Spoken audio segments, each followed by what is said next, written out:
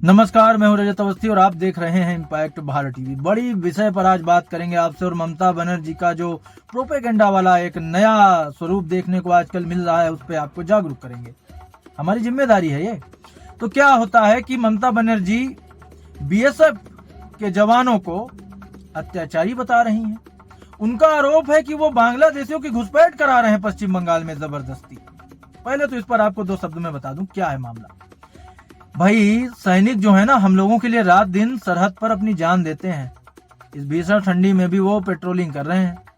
ममता बनर्जी बढ़िया आराम से महल में रह रही हैं और बोलती हैं ऐसा कि सैनिक खराब है। ये तो स्वीकार नहीं हो पाएगा। दुनिया के सारे टीवी चैनल स्वीकार कर लेंगे अपने देश के सैनिकों की बुराई, मगर इम्पैक्ट भारत टीवी और मैं तो नहीं करने वाला हूँ। तो मेरा पहली चीज तो मेरी आपत्ति है। उन्होंने जो भी बोला है उस पर मेरा अधिकार है, राइट से मैं बोल सकता हूँ और मैं आपत्ति दर्ज कराता हूं और सरकार से अपना अनुरोध करता हूं, भारत सरकार से, कि इनका ये जो बयान आया है इसकी पूर्णतः जांच कराई जाए और इन पर बड़ा कठोर से कठोर एक्शन लिया जाए, ताकि इस देश की सेना के बारे में कुछ भी जहर उगलने और कूड़ा कचरा मुंह से निकालने से पहले इस देश के अबराज नेता थोड़ा गौर से समझें और सोच लें। क्योंकि राहुल गांधी को सबूत चाहिए स्ट्राइक के और ममता बनर्जी गुनहगार बताने में, साबित करने में लगी हैं हमारे देश के सैनिकों को।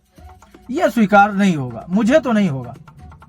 मैं बिल्कुल स्वीकार नहीं करने वाला हूं और मुझे अगर जरूरत पड़ी तो इसके लिए मैं कोई लीगल एक्शन भी लूंगा। तो मुझे यह सब स्वीकार नहीं है। हमारे देश के सैनिकों के बारे में कोई भी बिना फैक्ट के, बिना किसी सबूत के, बिना किसी लीगल वजह के अगर कोई इस तरह का जहर उगलता है, मुझे स्वीकार नहीं होगा और इस देश के हर व्यक्ति को यह बिल्कुल स्वीकार नहीं होना चाहिए। मैं इम्पैक्ट भारत टीवी का एमडी रजत अवस्थी, मैं अपने चैनल पर आज ये चीज अनाउंसमेंट कर रहा हूं कि इस तरह के कोई भी कृत्य आगे किसी भी राजनेता के द्वारा किए गए तो हमारे द्वारा उस पर लीगल एक्शन लिया जाएगा। हम केवल खबर दिखाने के लिए चैनल शुरू करके नहीं बैठे हैं। कोई भी इस तरह की गलत हरकत स्वीकार नहीं की जाएगी, चाहे कोई भी हो। तो इस पर हमें सबसे बड़ी आपत्ति है और हम ये अनुरोध करेंगे एक बार फिर ममता बनर्जी से भी कि आप कृपया पूरे भारत से सर झुका करके, हाथ जोड़ करके माफी मांग लीजिए जो आपने ये बकवास करी है उसके लिए। ये स्वीकार नहीं करेगा कोई भी देश का व्यक्ति, अब इस देश का कोई भी नागरिक, और करना भी नहीं चाहिए।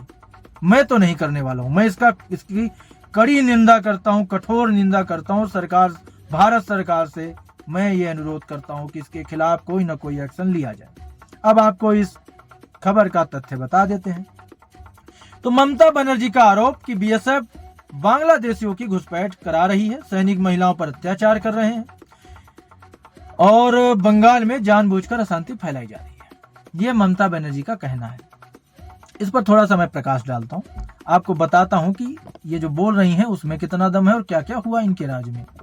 तो ये वही ममता बनर्जी हैं जिनकी पार्टी के एक नेता संदेश खाली में इतना बड़ा क्राइम करते पकड़े गए और उनकी हिस्ट्री अगर आप देखेंगे, जितना मुझे जानकारी है, वो खुद बांग्लादेशी थे। यहाँ आकर के उनको आधार मिला, सब कुछ मिला और दिलाने वाली पश्चिम बंगाल की पार्टी टीएमसी ही थी, ममता बनर्जी की ही पार्टी थी। उन्होंने बाकायदा उन्हें सब दिला दिया, मस्त आराम से उनको अपनी पार्टी भी ज्वाइन करा ली। उन्होंने पूरे गांव के गांवों की महिलाओं पर अत्याचार किए हैं। ऑफिस बुलाते थे शाम को, 4-4 दिन वहीं रखते थे, जबरन खेत जमीनों पर कब्जा कर लेते थे। संदेश खाली आप सबने देखा होगा, आप सब में से बहुत लोगों को पता होगा, मैंने उस पर कई बार विस्तार में एकदम एपिसोड किए हैं। तो कौन अत्याचार कर रहा है ममता बनर्जी?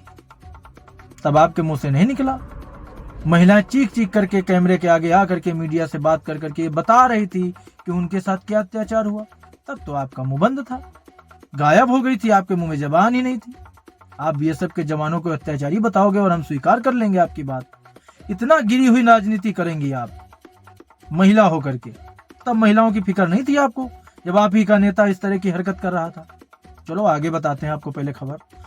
पश्चिम बंगाल की मुख्यमंत्री ममता बनर्जी ने गुरुवार को दावा किया कि बॉर्डर सिक्योरिटी फोर्स यानी बीएसएफ बांग्लादेशियों की घुसपैठ में मदद करती है, इसलिए बंगाल में अशांति फैल रही है। यह सब केंद्र सरकार का एजेंडा है। बांग्लादेशियों का इस्तेमाल करके जबरन चुनाव में धमका कर, डरा कर पश्चिम बंगाल की पब्लिक से वोट कौन लेता है? ममता बनर्जी, ये भी बता दीजिए। बीजेपी लेने आती है तो वो जीतती क्यों नहीं थी पश्चिम बंगाल में? आप कैसे जीतती हो फिर, अगर वो इस्तेमाल करते हैं बांग्लादेशियों का। उन्होंने कहा कि अगर बीएसएफ ऐसी गतिविधियों को बढ़ावा देता जारी रखता है तो तृणमूल कांग्रेस उनके खिलाफ प्रदर्शन करेगी। आपके खिलाफ जब प्रदर्शन हुए महिलाओं ने किए, क्या हुआ, कौन सा बड़ा कदम आपने उठा लिया। हमने कई बार केंद्र सरकार को इस बारे में बताया है, केंद्र जो भी फैसला लेगा हम उसे मानेंगे। हम केंद्र को एक विशेष पत्र भी भेजेंगे। आपने कौन सा फैसला आज तक लिया महिलाओं की सुरक्षा के लिए, ये भी देश को बताइए कृपया करके। आप सेना को बदनाम करती हैं, आपको शर्म आनी चाहिए पहले तो ऐसा मुंह से निकालते हुए। बनर्जी ने कहा बीएसएफ बॉर्डर पर अवैध घुसपैठ को रोकने के लिए तैनात है, लेकिन यह इस्लामपुर, सीताई और चोपड़ा बॉर्डर से बांग्लादेशियों को भारत में एंट्री की परमिशन दे रहा है। बीएसएफ महिलाओं के खिलाफ भी अत्याचार कर रहा है। ये घुसपैठियों को बंगाल में आने देने और टीएमसी पर दोष मर देंगे तो ऐसा नहीं होगा। केंद्रीय मंत्री गिरिराज सिंह ने कहा कि पश्चिम बंगाल बांग्लादेशी घुसपैठियों के लिए नर्सरी बन गया है। बंगाल सरकार ने शुरू में बांग्लादेशियों के लिए लाल कालीन बिछाया और फिर टीएमसी सांसद अभिषेक बनर्जी ने बांग्लादेशियों के नाम पर राजनीति की। ये हास्यास्पद है। इन लोगों को पूरे देश से माफी मांगनी चाहिए। यही मैं कह रहा था, हर व्यक्ति यही बोलेगा। इतना कठोर गंभीर इल्जाम आप लगाओगे, माफी मांगनी चाहिए।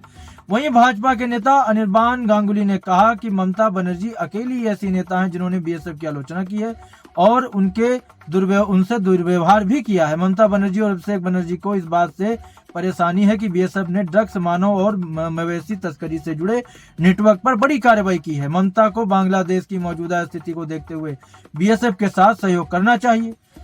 तो ये सारी चीजें अब नेता बोलने लगे हैं और इसमें गलत क्या बोल रहा है कोई, आप सोचो।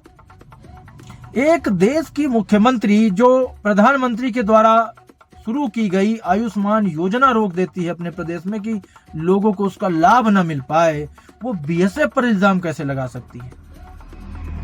अपनी मानसिकता आप देखिए, बीएसएफ पे क्या इल्जाम लगाना, लेकिन लगाया जा रहा है। खैर, मेरा काम था आप लोगों के सामने ये तथ्य रखना और अब मुझे देखना है कि आप लोगों का जो देश के प्रति आस्था है वो कितना है। आप कितना इस विषय के खिलाफ आवाज उठाते हो जो ममता बनर्जी ने किया है, कमेंट में बताइए। ममता बनर्जी को माफी मांगनी चाहिए कि नहीं, बताइएगा जरूर। हम इंतजार करेंगे आपके जवाब का, क्योंकि अगर इस देश के लिए आप खड़े ना हुए तो क्यों, फिर फायदा क्या है इस जीवन का।